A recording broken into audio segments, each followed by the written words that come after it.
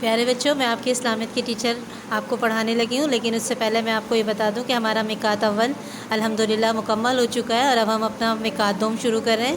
یہ کام آپ کو نئی کاپیاں میں کام شروع کرنا ہے، اور جس طرح میں آپ کو بتا رہی ہوں آپ کو اسی طرح کام کا آغاز کرنا ہوگا۔ اعوذ باللہ من الشیطان الرجیم، بسم اللہ الرحمن الرحیم۔ والتین والزیتون والطور سینین وہذا البلد الامین لقد خلقنا الانسان فی احسن تقویم ثم رددناہ اسفل سافلین الا الذین آمنوا وعملوا الصالحات فلہم اجر غیر ممنون فما یکذبک بعد بالدین الیس اللہ باحکم الحاکمین۔ اس کا ترجمہ ہے: شروع اللہ کے نام سے جو بڑا مہربان نہایت رحم والا ہے۔ قسم ہے انجیر اور زیتون کی، اور قسم ہے طور سینا کی اور اس امن والے شہر مکہ مکرمہ کی۔ بے شک ہم نے انسان کو پیدا کیا ہے عقل و شکل کے اعتبار سے بہترین اعتدال پر، پھر ہم نے لوٹا دیا اس کو پست ترین حالت کی طرف۔ وہ جن لوگوں کے جو ایمان لائے اور نیک عمل کرتے رہے تو ان کے لیے نا ختم ہونے والا اجر ہے۔ پس کون جھٹلا سکتا ہے آپ کو اس کے بعد جزا و سزا کے معاملے میں؟ کیا نہیں ہے اللہ تعالیٰ سب حاکموں سے بڑا حاکم؟ اب ہم اس صورت کے الفاظ معنی لکھوانے لگے ہیں۔ کاپی میں 2 کالم بنائیے گا، اور الفاظ کے معنی کی ہیڈنگ ڈال کے پھر لکھنا شروع کریے گا۔ والتین قسم ہے انجیر کی، والطور سینینا اور پہاڑ سینا کی، البلد شہر، فی میں تقویم سانچہ یا ساخت، رددناہ پھیر دیا ہم نے اس کو، الا سوائے، الذین جو لوگ، صالحات نیک، اجر یا ثواب، والزیتون اور زیتون کی، وہذا اور اس کے، بعد لقد البتہ۔ اس کے بعد دوسرے کالم بنا کے لکھیں گے آپ لوگ، الیسا کیا نہیں، الامین امن والا، خلقنا ہم نے پیدا کیا، احسان بہترین، ثم پھر، اسفل سافلین یعنی نیچے سے نیچے، یعنی دوزخ کا انتہائی کم درجہ، آمنو ایمان لائے، وعملو اور عمل کیے، فلہم تو ان کے لیے، غیر ممنون نا ختم ہونے والا، یکذبک تو جھٹلاتا ہے، بے احکم الحاکمین تمام حاکموں کا حاکم، فما پس کیا، بالدین بدلے کا دن۔ آپ لوگ اس کا کتاب میں سے ترجمہ لکھیے گا، پھر اس کے بعد نیچے ہیڈنگ ڈالیے گا تعارف یا شان نزول، اور لکھیے گا یہ صورت مکے میں نازل ہوئی۔ اس صورت کے پہلے لفظ والتین کو صورت کا نام دیا گیا ہے۔ اس صورت میں 8 آیات اور 1 رکوع ہے۔ پھر اس کے بعد نیچے ہے، اس کے بعد اگلی ہیڈنگ ڈالیے گا تشریح کی، اور لکھیں گے بعض مقامات کی قسم کھا کر اس صورت کا آغاز کیا جا رہا ہے جن کا تعلق رسولوں سے ہے۔ پھر بتایا جا رہا ہے کہ انسان کو اللہ تعالیٰ نے کتنے خوبصورت انداز میں بنایا ہے، اور انسانی عظمت کا جو تصور قرآن کریم میں پیش کیا گیا ہے، دنیا کا کوئی فلسفی یا ماہر نفسیات اس کی حد کو نہیں پہنچ سکتا۔ انسان کو احسان تقویم کے لقب سے نوازنے کے بعد اس حقیقت سے پردہ اٹھایا جا رہا ہے کہ نبی نوح انسان میں سے کچھ لوگ اپنے بلند مقام کے تقاضوں کو چھوڑ کر اپنے نفس کی تسکین میں مشغول ہو جاتے ہیں، یہاں تک کہ اپنے آپ کو پستی میں گرا دیتے ہیں۔ ان کو اپنے اعمال کی سزا ملے گی۔ جو لوگ اپنی صلاحیتوں کے قدردان ہیں اور نیک عمل اختیار کرتے ہیں، ان کے لیے ایسا اجر ہے جو کبھی ختم نہیں ہو سکتا۔ اس حقیقت کو بیان کرنے کے بعد اس طرف اشارہ کیا جا رہا ہے کہ اللہ تعالیٰ جو سب حاکموں کا حاکم ہے، اس کے عدل و انصاف کا تقاضا یہ ہے کہ ایک دن ایسا ضرور آئے گا جب ہر شخص کو اس کے عمل کے مطابق جزا و سزا ملے گی۔ بس پیارے بچوں، اب ہم اپنا نیا چیپٹر مقات دوم کے نئے چیپٹر کا آغاز کریں۔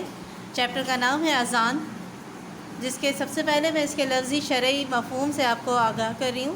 اذان کے لفظی معنی ہے اطلاع دینا یا اعلان کرنا۔ شریعت میں اذان سے مراد نماز کی اطلاع دینے کے لیے مخصوص کلمات کا بلند آواز سے پڑھنا ہے۔ 5 نمازوں کے لیے اذان پڑھنا سنت موقدہ ہے۔ اذان کی ابتدا کیسے ہوئی؟ جب نماز فرض ہوئی تو مسلمان اکٹھے ہو کر نماز ادا کر لیتے۔ جب رسول صلی اللہ علیہ وسلم مدینہ منورہ ہجرت فرما گئے تو وہاں بھی شروع میں الصلاۃ الجامعہ یعنی نماز اکٹھے بننے والی ہے کہ اب الفاظ بلند الفاظ سے پکارے جاتے اور مسلمان نماز کے لیے جمع ہو جاتے۔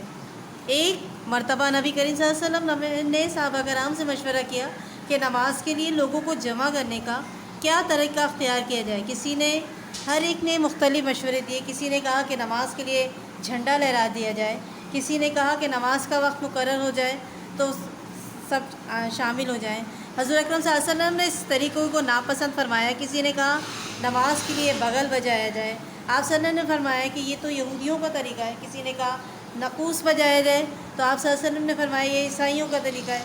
کسی نے کہا آگ روشن کی جائے تو آپ صلی اللہ علیہ وسلم نے فرمایا یہ مجوسیوں کا طریقہ ہے. اس پر حضرت عبداللہ بن زید وہاں سے اٹھ کر اپنے گھر گئے. اسی بات پر غور کرتے گئے. انہیں خواب میں اللہ تعالیٰ نے اذان سکھائی.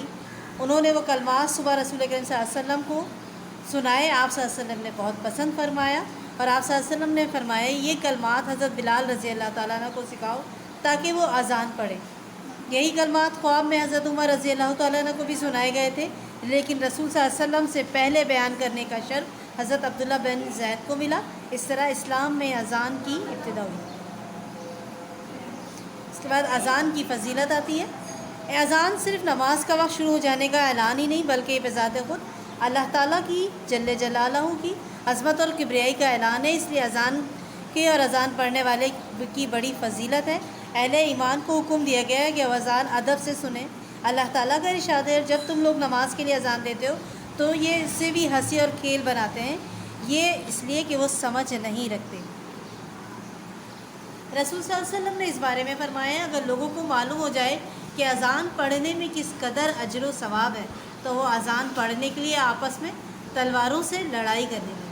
ایک اور جگہ آپ صلی اللہ علیہ وسلم نے فرمایا مؤذن امین ہے, اے اللہ اس کی مغفرت فرما. اس سے بخوبی واضح ہوتا ہے کہ اذان اہل اسلام کا شعار ہے اور اذان پڑھنے والا اللہ تعالیٰ سے بہت بڑی فضیلت پانے والا ہے. اس کے بعد اذان کے آداب ہیں. اذان صرف نماز کا وقت شروع ہونے کا اعلان نہیں بلکہ اللہ تعالیٰ کی عظمت اور کبریائی کا اظہار بھی ہے. ہمیں چاہیے کہ ہم اس کے آداب کا مکمل خیال رکھیں. سب سے پہلا جو ادب ہے وہ یہ ہے کہ اذان پڑھنے والے کا جسم اور کپڑے پاک ہو اور وہ جگہ پاک ہو جہاں وہ کھڑے ہو کر اذان پڑھے. دوسرا اہم نقطہ ہے اس کا وہ بلند آواز میں اذان پڑھے اور اپنی انگلیاں کانوں میں ٹھونس لے. تیسرا اہم نقطہ ہے اذان پڑھنے والا اپنا منہ قبلے کی طرف کرے. چوتھا ہے جب اذان شروع ہو رہی ہو تو اسے خاموشی سے سننا چاہیے.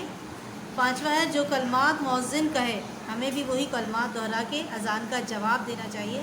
اس بارے میں حضور صلی اللہ علیہ وسلم کا فرمان ہے کہ جب تم مؤذن کی آواز سنو تو جیسا وہ کہتا ہے ویسے ہی تم کو. حی علی الصلاۃ اور حی علی الفلاح کے وقت لا حول ولا قوت پڑھنا چاہیے. اذان کے بعد دعا مانگنی چاہیے. ہمیں چاہیے کہ ہم ان آداب کو ملوث خاطر رکھیں. اب ہم اس کے کام شروع کرتے ہیں جو آپ کو کاپی میں کرنا ہے. اس کے بعد سب سے پہلے یک لفظی جوابات. پہلا سوال ہے اس کا اسلام کا اہم رکن کیا ہے؟ اس کا جواب ہے نماز. اگلا سوال ہے دعوت حق کیا ہے؟ جواب لکھیے گا اذان دینا. اگلا سوال ہے کس صحابی رضی اللہ تعالیٰ عنہ نے سب سے پہلے اذان کے کلمات نبی کریم صلی اللہ علیہ وسلم کو بتائے؟ اس کا جواب ہے حضرت عبداللہ بن زید رضی اللہ تعالیٰ عنہ. اگلا سوال ہے اذان کے لغوی معنی کیا ہیں؟ تو آپ اس کا جواب لکھیں گے بلانا یا اعلان کرنا. نیکسٹ ہے سوال اس کا لوگ حضرت بلال رضی اللہ تعالیٰ عنہ کو کس نام سے یاد کرتے ہیں؟ اس کا جواب ہے مؤذن رسول صلی اللہ علیہ وآلہ وسلم. اس کے بعد اگلا سوال ہے صلاۃ و جامعہ کے معنی تحریر کریں. جواب ہے اس کا نماز اکٹھا کرنے والی. اگلا سوال ہے ساز بجانا کس قوم کی عبادت کا اعلان ہے؟ تو آپ لکھیں گے عیسائیوں کا. اب ہم اس کے مفصل سوالات پہ آتے ہیں. پہلا سوال ہے اس کا ہیڈنگ ڈالیں گے مفصل سوال. پہلا سوال اس کو لکھیے گا اسلام میں اذان کی ابتدا کیسے ہوئی؟ ہیڈنگ ڈالیے گا اذان کی ابتدا اور اس کا جواب آپ کو کتاب میں ملے گا.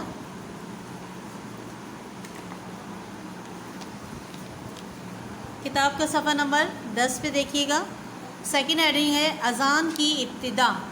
صرف یہی ہیڈنگ اتنی ہیڈنگ ڈالیے گا اذان کی ابتدا اور پھر یہیں سے شروع کریے گا. جب نماز فرض ہوئی تو مسلمان اکٹھے ہو کر نماز ادا کر لیتے تھے. جب رسول اللہ صلی اللہ علیہ وسلم مدینہ منورہ ہجرت فرما گئے تو وہاں بھی شروع میں الصلاۃ جامعہ نماز اکٹھے کرنے والی کے الفاظ بلند آواز سے پکارے جاتے. یہاں سے حضرت عبداللہ بن زید کو ملا. اس طرح اسلام میں اذان کی ابتدا ہوئی. یہ پورا پیراگراف ہے. اس کے بعد اگلا سوال ہے اذان کی فضیلت قرآن و حدیث کی روشنی میں واضح کریں. ہیڈنگ ڈالیے گا فضیلت اور اس کا جواب آپ کو ملے گا اسی صفحے کے صفحہ نمبر 10 پہ. تیسری ہیڈنگ ہے اذان کی فضیلت، آپ یہ ڈالیے گا اور یہیں سے آپ لکھیں گے اذان صرف نماز کا وقت شروع ہو جانے کا اعلان نہیں بلکہ بذات خود اللہ تعالیٰ کی عظمت اور کبریائی کا اعلان ہے. یہاں سے آپ لکھیں گے اور اس کے بعد یہ پورا آپ نے لکھنا ہے اور اس کے بعد سیکنڈ پیراگراف لکھنا ہے اس کا. رسول صلی اللہ علیہ وسلم فرماتے ہیں سیکنڈ پیراگراف لکھیں گے اور اس کے بعد جو تھرڈ پیراگراف ہے آپ صلی اللہ علیہ وسلم نے یہ بھی فرمایا مؤذن امین ہے، اے اللہ اس کی مغفرت فرما. یہاں تک. اس کے بعد مختصر سوالات کی ہیڈنگ ڈالیے گا. پہلا سوال لکھیے گا اذان کے شرعی مفہوم کو واضح کریں. اس کا جواب آپ کو کتاب کے صفحہ نمبر 10 پہ سب سے اوپر ہیڈنگ ہوگی اذان کے لفظی اور شرعی مفہوم. ہیڈنگ ڈالیے گا اور پھر لکھیے گا شریعت میں اذان سے مراد نماز کی اطلاع دینے کے لیے مخصوص کلمات کا بلند آواز سے پڑھنا ہے. 5 نمازوں کے لیے اذان پڑھنا سنت موقدہ ہے. یہاں تک. اگلا سوال ہے اذان کے کوئی سے 3 آداب لکھیے. تو یہ آپ کو صفحہ نمبر 11 پہ ہیڈنگ ملے گی آپ کو اذان کے آداب. ہیڈنگ ڈالیے گا اور اس کے بعد سیکنڈ پیرا پہ دیکھیے گا اذان کے چند آداب مندرجہ ذیل ہیں. آپ کو 3 پوائنٹ لکھنے ہوں گے تو آپ پہلا لکھ لیجئے گا، دوسرا لکھ لیجئے گا اور تیسرا. اس کے بعد اگلا سوال ہے اس کا اذان کا جواب کیسے دیا جائے گا. نبی کریم صلی اللہ علیہ وسلم کا فرمان تحریر کریں. آپ کو اس کا جواب ملے گا صفحہ نمبر 11 پر. آخری پیرا ہے جو کلمات مؤذن کا ہے ہمیں بھی وہی کلمات دہرا کے اذان کا جواب دینا چاہیے. حضور اکرم صلی اللہ علیہ وسلم نے فرمایا، اسے انورٹڈ کامے میں سینٹر میں لکھے گا، جب تم مؤذن کی آواز سنو تو جیسے وہ کہتا ہے ویسے ہی تم کہو. اس کے بعد کتاب کی خالی جگہ ہے جو کہ آپ کو گھر سے کرنی ہے، ہوم ورک میں کرنی ہے اور وہ بھی کاپی میں کرنی ہے، لیکن فل دی بلینکس نمبر 1 کاٹ دیجیے گا اس وجہ سے کہ وہ ہم نے 1 ورڈ میں لے لی. باقی آپ نے ساری کرنی. آپ کو یہ کام اپنی اسکول کاپیز میں بہت صفائی کے ساتھ کرنا ہوگا. اللہ حافظ.